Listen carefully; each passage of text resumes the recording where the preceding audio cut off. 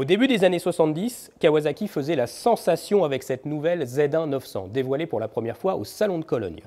Alors, cette Kawasaki, c'était le fleuron du constructeur Dakashi à l'époque. 4 cylindres en ligne, 900 cm3, des performances très élevées, un haut degré de qualité de fabrication et de finition. Vraiment, cette moto a marqué son temps.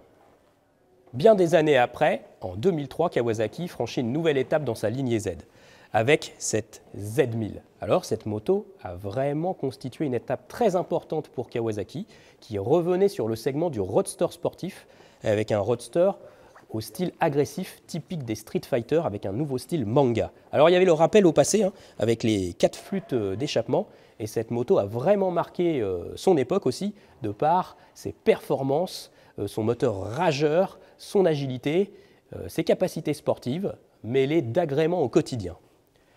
Et pour Kawasaki, cette moto a été très importante parce qu'elle a tiré le constructeur vers le haut, avec ensuite l'arrivée de la Z750 qui a immédiatement cartonné sur le marché français.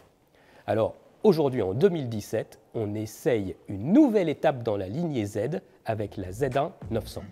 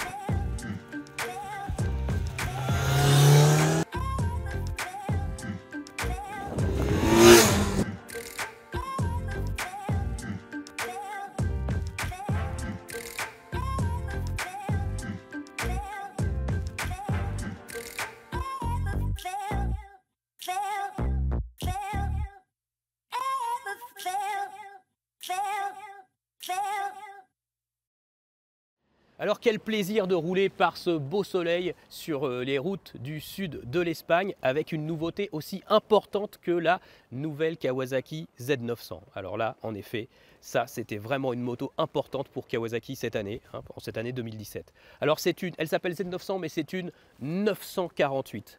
Son moteur finalement va se rapprocher en cylindrée de la Z1000 qui dépasse 1000 cm3, qui est une 1043. Donc on n'est plus très loin en cylindrée. Kawasaki a quand même beaucoup travaillé sur cette moto et notamment sur l'allègement de cette moto qui atteint maintenant 210 kg tout plein fait. Et ceci grâce à l'arrivée de ce nouveau cadre que vous voyez, treillis tubulaire en acier. Et là, Kawasaki, cette Z900 peut dire merci à la H2 puisque c'est grâce à la technologie et du cadre éprouvé sur la récente H2 que Kawasaki a pu développer ce cadre pour cette moto. Alors ce qu'on a tout de suite apprécié sur cette moto, c'est l'ergonomie. Regardez, une selle à 795 mm, une moto vraiment basse, très fine, réservoir de 17 litres, mais malgré tout, un réservoir très fin, pas trop d'appui sur les bras, comme sur les poignets comme sur l'ancienne Z800. Donc on a vraiment une moto qui démode vraiment la Z800 quand même. Et les anciennes générations de Z1000 aussi, au niveau de l'ergonomie, de la compacité, de l'étroitesse, c'est vraiment très bien. Et puis avec 210 kg tout plein fait et une très bonne répartition du poids, on a une moto qui est vraiment très agile. Alors ce qu'on a vu aussi sur cette moto, bien sûr, c'est ce nouveau moteur, 948 cm3, 4 cylindres en ligne, vraiment dans la lignée des moteurs Kawasaki. Donc il a tout de suite une très très belle sonorité au niveau de la boîte à air, de l'échappement. Ceci, malgré la norme Euro 4, ça n'a pas dû être facile à faire. Il développe 125 chevaux et presque 10 mètres kg de couple. Donc il est franchement généreux. Pas trop en tout bas régime, il est surtout souple, sous 4000 tours minute, mais entre 4 et 6500 tours minute, il y a beaucoup de couple, il tracte très fort. Donc ça, c'est plutôt agréable. Et ensuite, on passe sur l'allonge avec une allonge assez rageuse. Donc ça, on retrouve vraiment le caractère typique des 4 cylindres Kawasaki qu'on connaît dans les Z, et ça, on aime beaucoup, il faut le dire. En termes d'agrément, il y a l'arrivée d'un nouvel embrayage, slipper clutch qui va empêcher les blocages de la roue arrière et surtout très souple, très assisté. Ça aussi c'est super bien. La moto est vraiment agile et se place très bien dans les virages. Donc là il y a un vrai progrès par rapport à l'ensemble de la lignée Z. C'est vraiment très bien de ce point de vue là. Elle est précise et elle est très agile. Il va y avoir un vrai combat d'agilité au cœur de ce segment face à la Suzuki GSX 750 par exemple. Alors finalement ça fait un roadster un peu brut, toujours un peu dans la philosophie Z, avec cette ligne très particulière, on aime ou on n'aime pas, mais c'est une moto qui est vraiment très attachante à la conduite et qui brille d'agrément moteur. Alors c'est vrai qu'il y a un petit à-coup en fait parfois, surtout entre 3005 et 4005, il y a un à-coup, pas d'injection parce que l'injection est superbement calibrée avec les doubles papillons Kawasaki, ça n'a pas changé, c'est toujours très bien, mais c'est plutôt un petit à-coup au niveau de la chaîne. Alors il faudra vérifier à plus long terme dans un essai plus poussé. Et puis ce qu'on a regretté aussi, c'est la monte pneumatique de série, Dunlop D214, si ça peut aller sur des petites cylindrées, 500-600 cm3. Là, sur une grosse cylindrée comme ça, avec beaucoup de chevaux et beaucoup de couple, c'est un peu compliqué. Il n'y a pas trop de retour d'information de grippe des pneus. C'est un petit peu dommage. Au niveau de la ligne, c'est vraiment le style Kawa, c'est chouette. La moto est rigoureusement assemblée, c'est toujours très bien fini Kawasaki. Certes, il peut y avoir des détails qui ne sont pas toujours très heureux. Là, ça c'est en plastique, ça imite le métal, c'est pas super bien fait. Mais d'un point de vue général, le style Kawa, il est bien là, tant mieux. Alors en définitive, cette moto qui va être vendue un peu moins de 9000 € sur le marché français propose un package fidèle à Kawasaki, fidèle à la philosophie Z. Certains vont dire que c'est un petit peu dommage, on ne retrouve pas les équipements qu'on peut avoir sur d'autres motos concurrentes. Regardez, les étriers de frein, ils sont à montage axial, ils ne sont pas à montage radial. Il n'y a pas de cartographie, il n'y a pas de traction control. Donc ça, est-ce que c'est vraiment dommage ou pas? Le débat est ouvert, c'est à vous de juger.